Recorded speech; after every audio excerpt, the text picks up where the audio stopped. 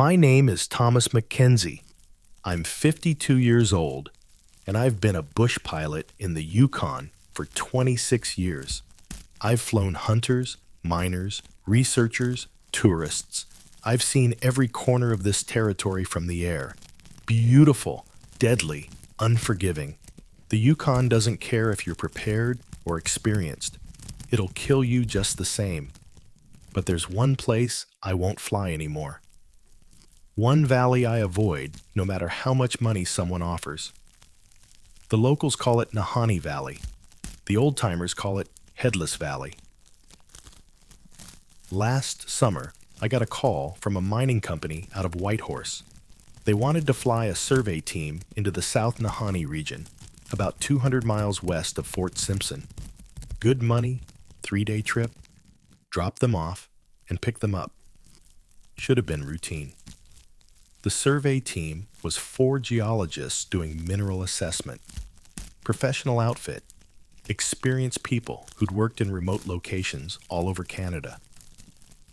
I told them about the valley's reputation. Over a dozen men found dead there since the early 1900s, most of them decapitated. Bodies found without heads, no explanation, no signs of animal predation. The Den people who live in the region have always avoided that valley. They say something lives there, something old and angry. But the geologists laughed it off. Legends, they said. Superstition. We're scientists. I flew them in on July 15th. The valley is stunning from the air. Virginia Falls, twice the height of Niagara. Hot springs that steam even in winter. Dense boreal forest stretching for miles. But there's something wrong about it too. The way the light hits the rock formations. The way the trees grow in strange patterns. And the silence. Even from the air, you can feel it. The valley is too quiet. I dropped them at a clearing near the Flat River, confirmed the pickup date 3 days later, and flew out. As I gained altitude, I looked back and saw all 4 of them standing at the edge of the clearing, watching my plane leave. That image stuck with me. 4 tiny figures in an enormous valley, completely alone. 3 days later, I flew back to pick them up. The clearing was empty. No tents, no equipment, no people. I circled 3 times, looking for any sign of them. Nothing. I landed and got out to investigate. Their gear was scattered around the clearing like they'd left in a hurry. Tents half collapsed, food supplies untouched, equipment abandoned. But no people. I found tracks leading into the forest, heading north along the river. I followed them for maybe half a mile before they just stopped. 4 sets of boot prints, clear in the soft ground, ending abruptly at a rocky outcrop. No continuation. No signs they'd climbed the rocks or turned around. The tracks just ended. I radioed the RCMP in Fort Simpson, told them I had 4 missing people. They organized a search and rescue operation, brought in teams from Yellowknife and Whitehorse. I flew search patterns for a week, covering every square mile of that valley. Other pilots joined. We had helicopters, fixed-wing aircraft, ground teams. Nothing. On day 8, a ground team found something. They radioed in, voices shaken, said I needed to see this. I landed at their coordinates, about 5 miles north of where I'd dropped the geologists. What they'd found made my blood run cold. It was a cairn, a pile of rocks stacked deliberately, about 4 feet high, and on top of the cairn were 4 objects. At first, I thought they were stones, weathered and gray. Then I got closer and realized what they were. Skulls. Human skulls. Arranged in a row, facing south toward the clearing where I dropped off the survey team. The RCMP brought in forensic experts from Vancouver. The skulls were old, decades old, maybe longer, but they'd been placed there recently. The rocks in the cairn showed fresh tool marks, and the arrangement was too deliberate to be natural.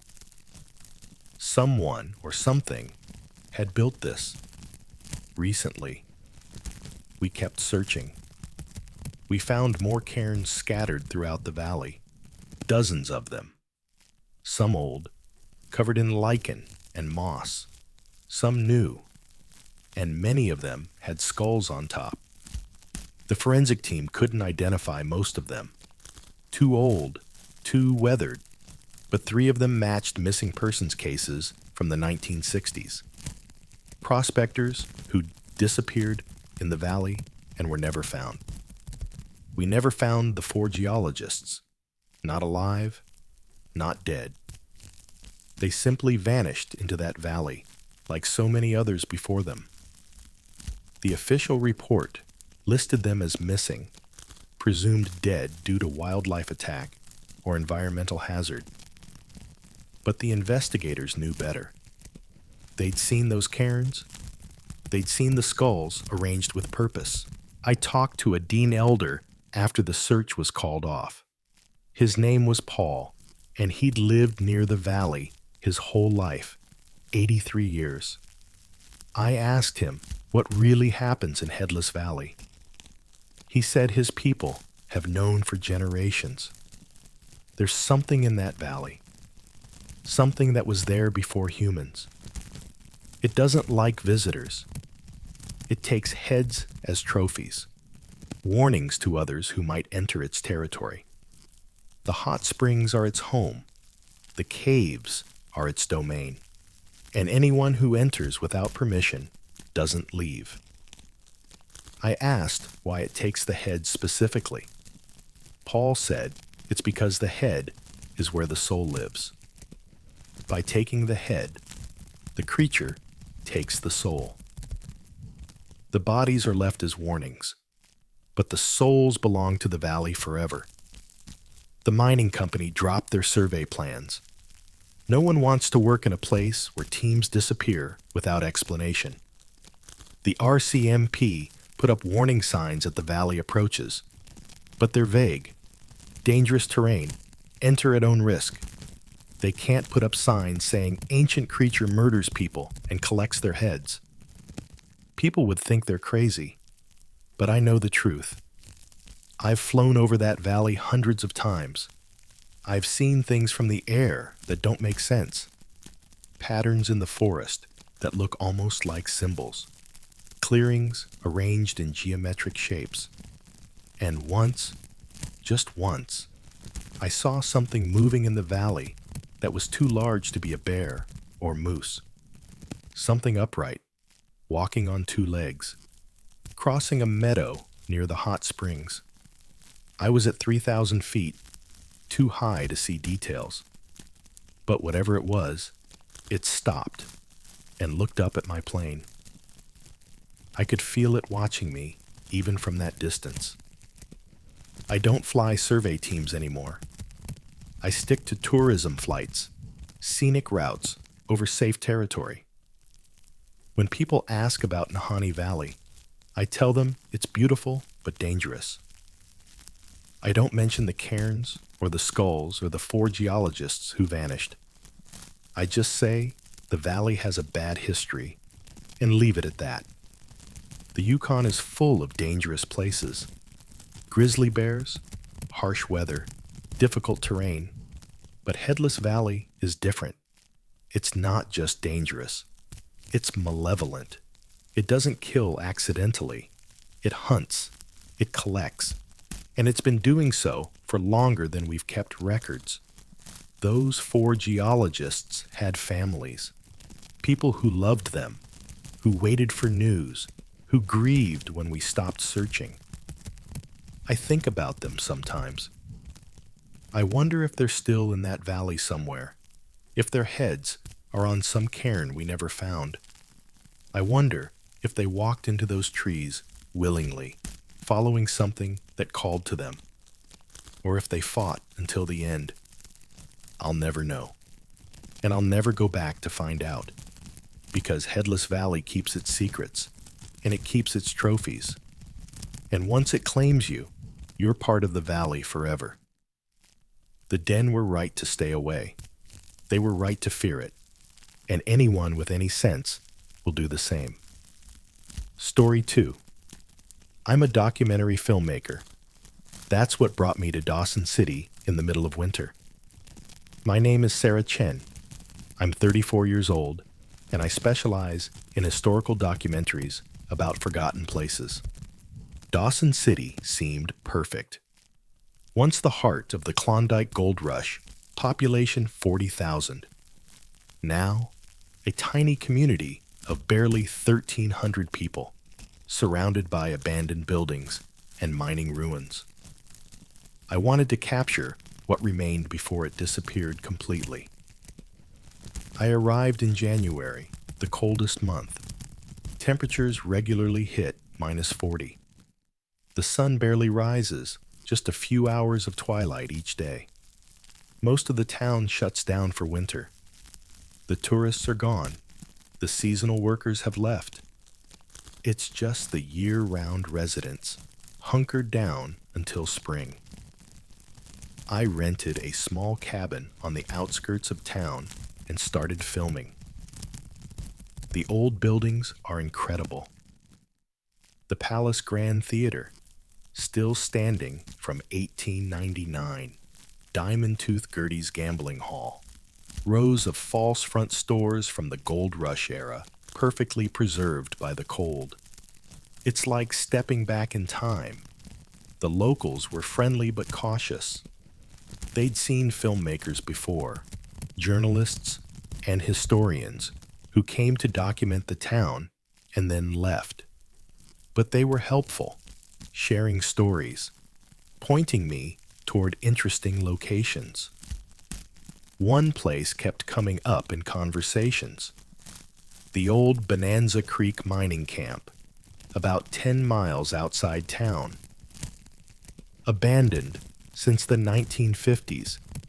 Dozens of buildings still standing, completely frozen in time. I asked if anyone would take me there. The response was always the same. Not in winter. Wait until spring. When I pushed for reasons, people got vague. Too dangerous. Easy to get lost. Weather's unpredictable. But I could tell there was more they weren't saying. I finally found a guide willing to take me. His name was Robert, a retired miner in his 70s who'd worked the creeks his whole life. He agreed to snowmobile me out to Bonanza Creek, but only for a day trip, in and out before dark. He made me promise we'd leave by 3 p.m., no matter what. We reached the camp around noon. It was exactly what I'd hoped for.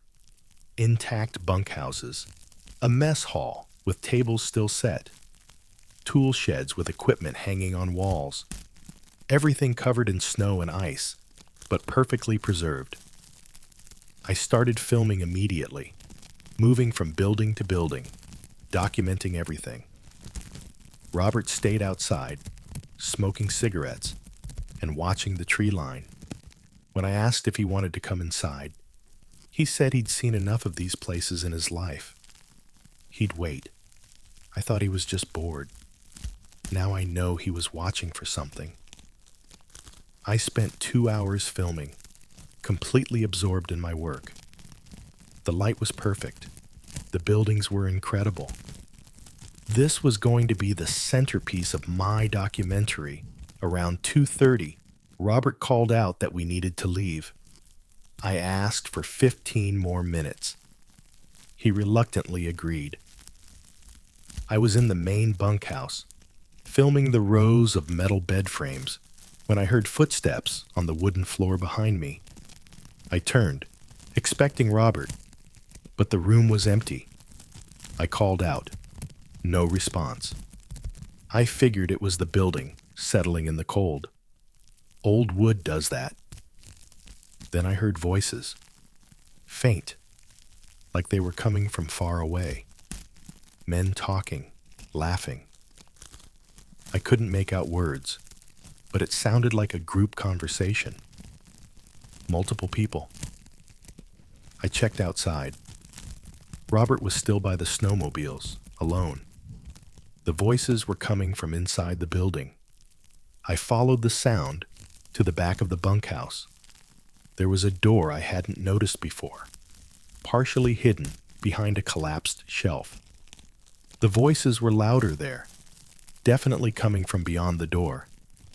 I opened it and found stairs leading down to a basement level. I should have gotten Robert. I should have left. But I'm a filmmaker. I'm curious by nature. I descended the stairs, camera rolling. The basement was larger than I expected, extending beyond the footprint of the building above. And it wasn't empty. There were tables set up, old mining equipment arranged like it was still in use, lanterns hanging from beams, though none were lit, and the voices were clearer now. I could almost make out words. That's when I saw them, people sitting at the tables, maybe a dozen men in old mining clothes, dirt-stained and worn. They were playing cards, talking, drinking from tin cups. As real as anything I'd ever seen. I stood there, frozen, watching them. They didn't acknowledge me. They just continued their game, their conversation like I wasn't there. I raised my camera to film, and the moment I did, they all stopped. Every head turned to look at me. Their faces were wrong. Gray skin, sunken eyes, mouths hanging open. And they were frozen solid. Ice crystals covered their skin, frost on their beards. These weren't living men. They were corpses, preserved by the cold, somehow animated. One of them stood up. He moved stiffly, joints cracking like breaking ice. He took a step toward me, then another. The others began standing too, all of them moving toward me in that same jerky, frozen way. I ran, dropped my camera, and ran up those stairs as fast as I could.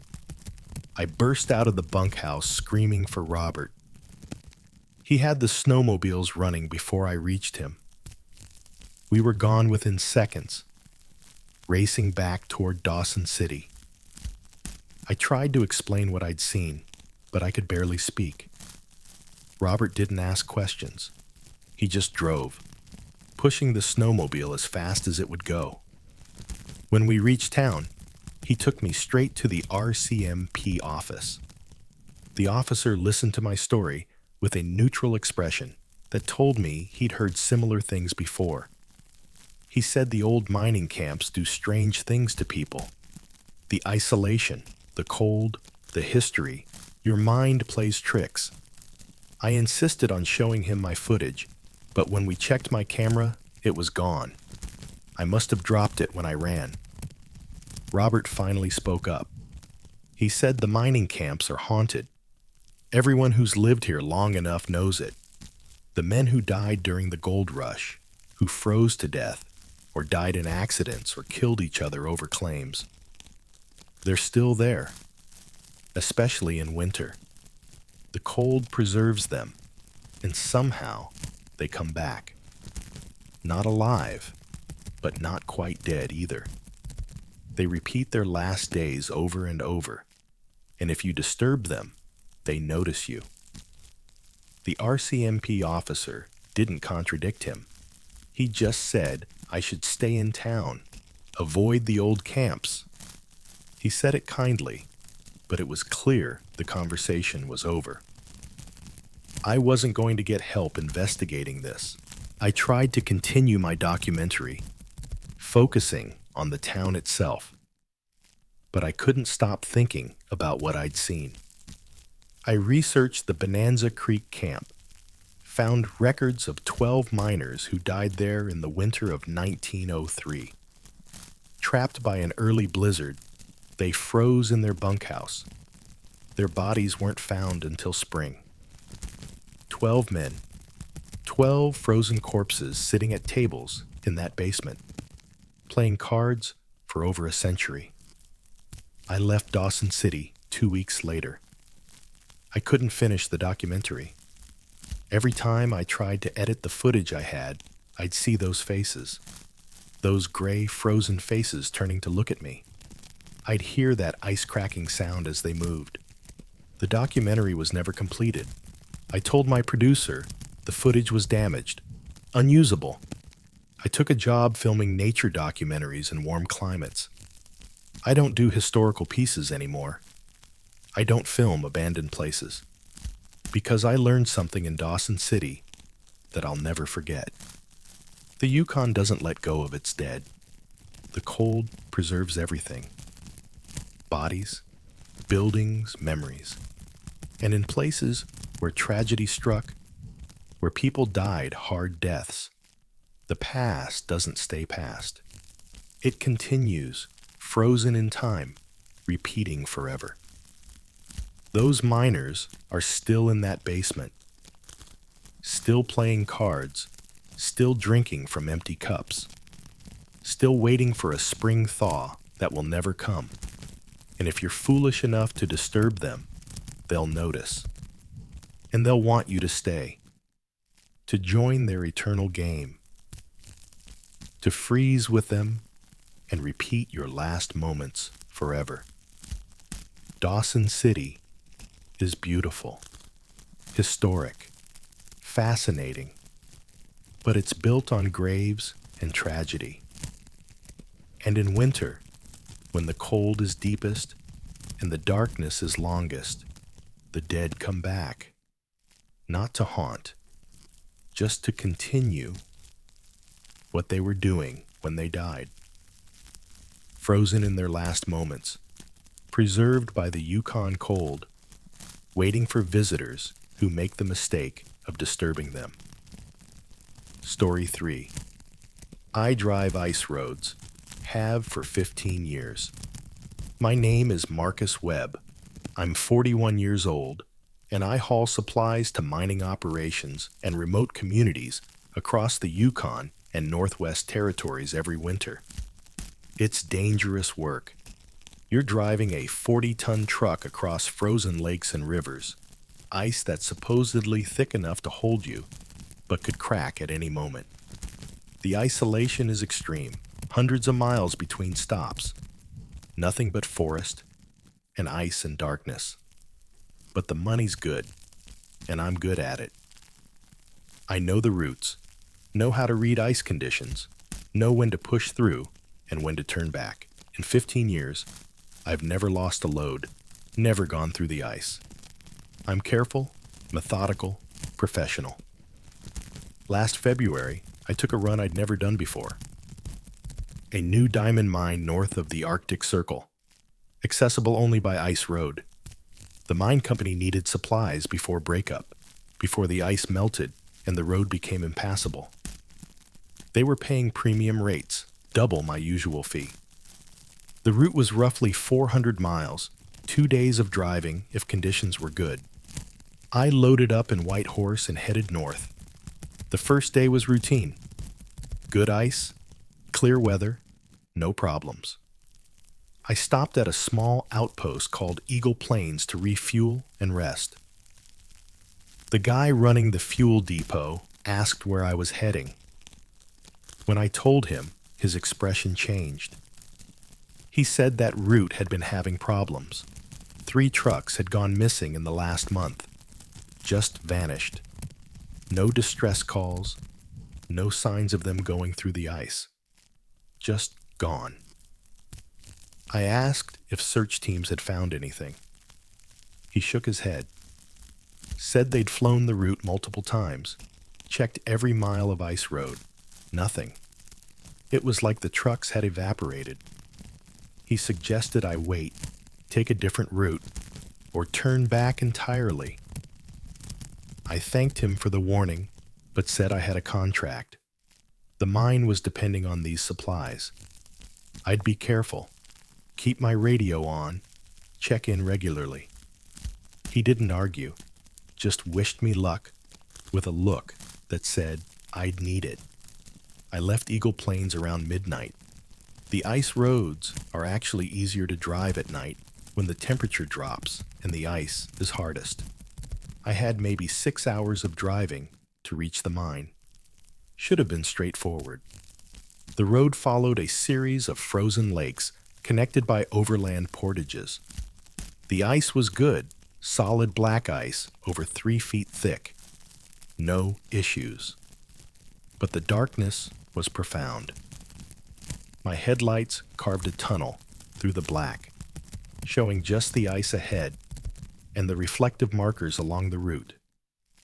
Everything beyond that was absolute darkness. About 2 hours in, my radio started acting strange. Static. Then voices that sounded almost like words but weren't quite. I tried to call back to Eagle Plains to report the issue. Nothing. Just that weird static voice sound. Then I saw the lights. Behind me, in my mirrors. Another truck, maybe half a mile back, following my route. I hadn't passed anyone, and no one had been at Eagle Plains.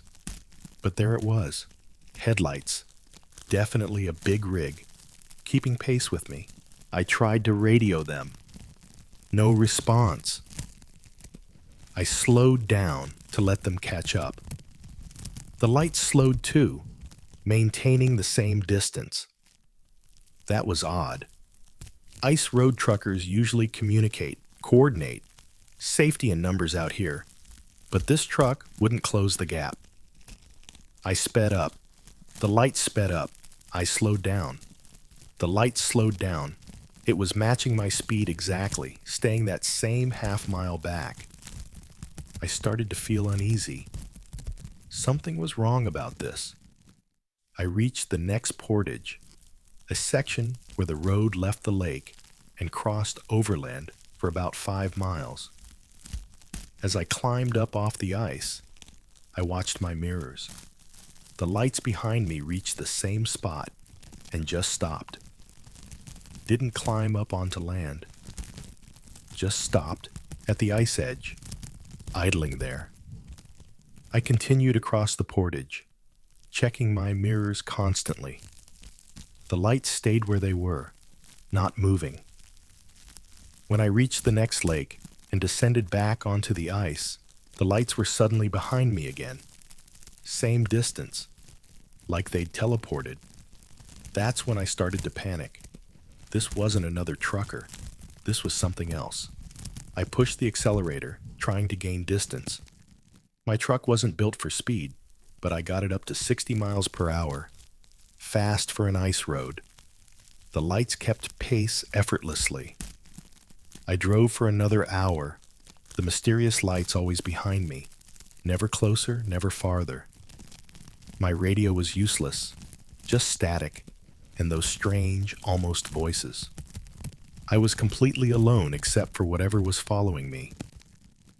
Then I saw something ahead. Another truck, parked on the ice, lights on, door open. I slowed down as I approached. It was a Kenworth, same model as mine, and on the door was a company logo I recognized. One of the missing trucks. I stopped about 50 yards away and grabbed my spotlight. I shone it at the truck. The cab was empty, engine still running. The trailer doors were open. Supplies scattered on the ice like someone had been unloading and then just stopped. The lights behind me were closer now, much closer, maybe 100 yards. I could see the outline of the truck in my mirrors, but something was wrong with the shape. It was too tall, too narrow, and the headlights weren't quite the right color. They had a blue tint, cold and wrong. I put my truck in gear and drove around the abandoned rig, not stopping. As I passed it, I looked in my side mirror and saw something that made me floor the accelerator. The truck behind me wasn't a truck at all.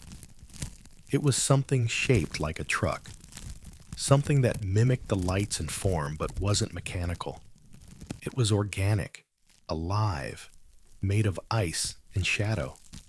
And it was right behind me now, close enough that I could see it had no driver, no cab, just lights that looked like eyes and a mass of frozen darkness. I drove faster than I've ever driven on ice, 70, 80 miles per hour. The ice was groaning under my wheels, flexing. I didn't care. I had to get away from that thing. It followed for maybe 20 minutes, getting closer with each second. Then, suddenly, it just stopped. One moment, it was right behind me. The next, it was gone, vanished. My mirrors showed only darkness and empty ice. I didn't slow down. I drove the rest of the route at maximum speed, praying the ice would hold. I reached the mine just as the sun started to rise, exhausted and terrified. The mine supervisor asked why I looked so shaken. I tried to explain, but it came out confused and paranoid. He said I probably needed sleep. That ice road driving can mess with your head. The isolation, the darkness, your mind creates things. But I know what I saw. I know what followed me. And when I drove back south 3 days later, I took a completely different route. Longer, more expensive in fuel, but I didn't care. I wasn't going back on that section of ice road. I asked around when I got back to Whitehorse. Other drivers, people who'd been running ice roads for decades. A few of them had stories. Strange lights that follow trucks, rigs that appear and disappear. One old-timer said the ice roads cross old territories, places where things lived long before we built roads across their hunting grounds. He said some of those things resent the intrusion. They lure trucks off course, or they follow them, studying them, sometimes taking them. The missing trucks were never found. The mine company eventually hired helicopters to bring in supplies. Too expensive to keep losing trucks and drivers. The ice road still exists, but most drivers avoid that section now. We share information, warn each other about the route. I still drive ice roads. It's what I know, but I'm more careful now. I don't take routes I haven't vetted thoroughly. I don't drive alone if I can help it. And I never, ever ignore warnings from the old-timers who've been doing this longer than I have. Because the Yukon ice is unpredictable. It shifts, cracks, melts without warning. But the real danger isn't the ice. It's what lives beneath it, what crosses it when the winter is deepest. Things that are older than roads, older than trucks, older than the concept of transportation itself. Things that watch our lights moving across their frozen territory and sometimes decide to follow, to study, to hunt, and occasionally to take.